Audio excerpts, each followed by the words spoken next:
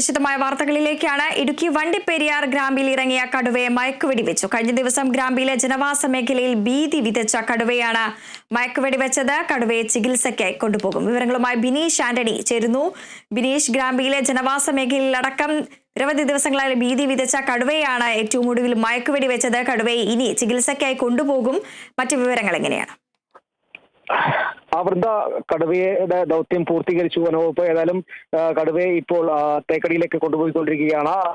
ഇവിടെ തേക്കടിയിലെത്തിച്ച ശേഷം ഈ ചികിത്സ ലഭ്യമാക്കുക. കഴിഞ്ഞ 3 ദിവസങ്ങളായി തന്നെ ഈ കടുവ ഈ വനപാലകരെ വട്ടം ചുറ്റിച്ചു എന്ന് വേണം പറയാൻ. കാരണം ഇന്നലെ അടക്കം സ്നിഫർ ഡോഗ് അടക്കമുള്ള സ്നിഫർ ഡോഗും അതുപോലെ ദൗത്യ സംഘവും തന്നെ 3 ടീമുകളായി തിരിഞ്ഞ് ഈ കടുവയെ ഇന്നലെ നോക്കിയെങ്കിലും കണ്ടെത്താനായില്ല. പിന്നീട് ഇവിടുത്തെ കാലാവസ്ഥയും ഇവർക്ക് വലിയ അനുകൂലമായി തന്നെ ഉണ്ടായിരുന്നില്ല. അതുകൊണ്ട് തന്നെ ഇന്നലത്തെ ദൗത്യം ഇവർക്ക് അവസാനിപ്പിക്കേണ്ടി വന്നു. അതോടൊപ്പം തന്നെ ആളുകളിൽ നിന്ന് വലിയ പ്രതിഷേധം ഉയർന്ന ഒരു സാഹചര്യം ഉണ്ടായി. കാരണം കഴിഞ്ഞ 1 കാലമായി ഗ്രാമ്പിലും അരണക്കര മേഖലയിലെല്ലാം തന്നെ കടുവയുടെ സാന്നിധ്യം കൂടുതലാണെന്നും എല്ലാം തന്നെ ആളുകൾ ഉന്നയിച്ചിരുന്നു. കാരണം വളർത്തുമൃഗങ്ങൾ കൊല്ലപ്പെടുന്ന ഒരു സാഹചര്യം ഉണ്ടായിരുന്നു. ഈ സാഹചര്യത്തിലെല്ലാം തന്നെ വലിയൊരു പ്രതിഷേധം ഉടലെടുത്തിരുന്നു. പിന്നീട് ഇവിടെ ഈ തൊഴിലാളി പകർത്തിയ ഒരു ദൃശ്യത്തിലാണ് ഇവിടെ കടുവയുണ്ടെന്ന് ഈ വനവകുപ്പ് സ്ഥിരീകരിക്കുകയും പിന്നീട് കൂട് സ്ഥാപിക്കുകയും ചെയ്തത്. ഏതായാലും കൂടിനടുത്ത് തന്നെ 300 മീറ്റർ മാറി തന്നെ ഈ കടുവയെ അവശ്യനിലയിൽ കണ്ടെത്തുകയായിരുന്നു. പിന്നീട് ഈ കടുവ കൂട്ടിലേക്ക് കയറുമെന്നാണ് ഇവർ പ്രതീക്ഷിക്കുന്നത്. എന്നാൽ 2ാം ദിവസമായപ്പോഴും കടുവ കൂട്ടിലേക്ക് കയറാൻ കൂട്ടാക്കിയില്ല. ഏതായാലും വൈകുന്നേരത്തോടെ ഇതിന് മയക്കി ഉതിർക്കാമെന്ന് തന്നെയായിരുന്നു ഈ വനപാലകർ ദൗത്യ സംഘത്തിന്റെ ഒരു തീരുമാനമുണ്ടായത്. ഏതായാലും അതും വനപാലകർക്ക് ആ ദൗത്യവും വനപാലകർക്ക് വിജയകരമായി കൊണ്ടുപോകാൻ സാധിച്ചില്ല. ഏതായാലും ഇന്ന് രാവിലെയോടെ ദൗത്യം ആരംഭിക്കുകയായിരുന്നു. കാരണം ഈ ഗ്രാമ്പി മേഖലയിൽ നിന്ന് ഈ കടുവ ഇന്നലെ ഈ വനപാലകരെ കണ്ടുപിടിച്ചു കടന്ന കടുവ ഇന്ന് പുലർച്ചയോടെ ഈ അരണക്കര മേഖലയിൽ എത്തുകയും 2 മണിയോടെ തന്നെ ഇവിടുത്തെ ഒരു കന്നുകാലിനെയും അതോടൊപ്പം തന്നെ ഒരു വളർത്തുനായും ആക്രമിച്ച് കൊലപ്പെടുത്തുകയായിരുന്നു. പിന്നീട് വലിയ രീതിയിലൊരു പ്രതിഷേധം ഉണ്ടാകുന്ന ഒരു സാഹചര്യം ഉണ്ടായിരുന്നു. അതുകൊണ്ട് തന്നെയാണ് ഇന്ന് പുലർച്ചെ തന്നെ ഈ വനപാലകർ ദൗത്യം ആരംഭിക്കുകയും ചെയ്തിരുന്നു. അതോടൊപ്പം തന്നെ ജില്ലാ കളക്ടർ ഈ മേഖലയിൽ പ്രഖ്യാപിച്ചിരുന്നു. സത്ര മേഖല ഉൾപ്പെടെയുള്ള ആളുകളോട് പുറത്തു വരാൻ പാടില്ല എന്നുള്ള ഒരു കർശന നിർദ്ദേശവും നിരോധനത്തെയും പ്രഖ്യാപിച്ചിരുന്നു. ഈ പ്രഖ്യാപനത്തിനടിസ്ഥാനത്തിൽ തന്നെ രാവിലെ തന്നെ ഈ വനപാലകർ ദൗത്യം ആരംഭിച്ചു. ഏതായാലും ഈ ലയൻസിന് തൊട്ടരികിൽ തന്നെയാണ് രാവിലെ കടുവയെ കണ്ടെത്തിയത്. തുടർന്ന് ഡ്രോൺ പരിശോധനയുടെ കടുവയെ നിരീക്ഷിക്കുകയായിരുന്നു.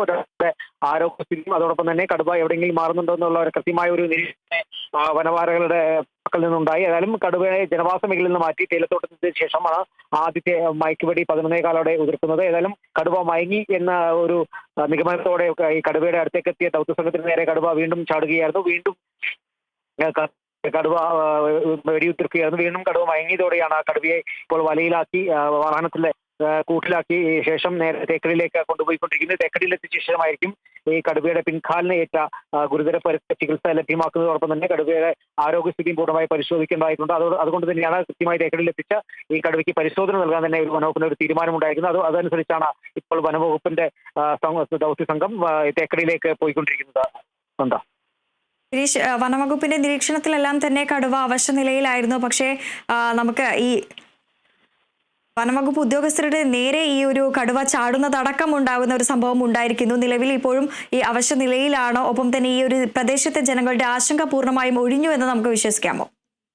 ഈ ആദ്യഘട്ടത്തിൽ ഈ കടുവയെ കൂട് സ്ഥാപിക്കുമ്പോൾ കടുവ അവശ്യനിലയിലായിരുന്നു എന്നാണ് വനവകുപ്പ് നമുക്ക് ലഭ്യമാക്കിയ ഒരു വിവരം. കാരണം കടുവ കാലിന് ഗുരുതര പരിക്കേറ്റിരുന്നു. കടുവ ഇവിടെ നിന്ന് മാറിയില്ല.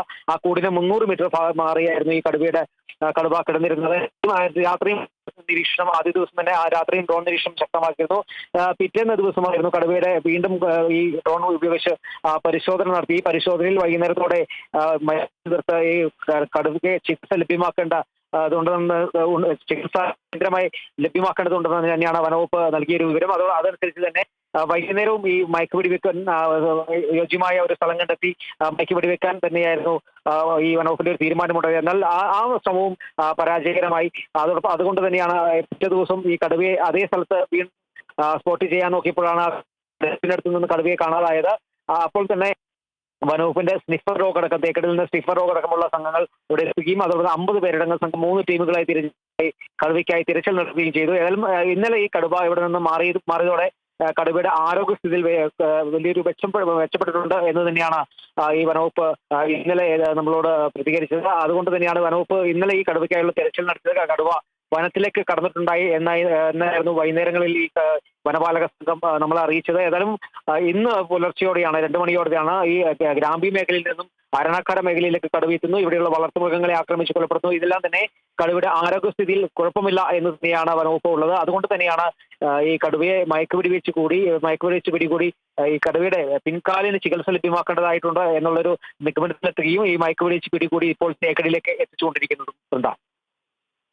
ശരി, ബിനീഷ് ആന്റണിയാണ് വിവരങ്ങൾ പങ്കുവച്ചത്.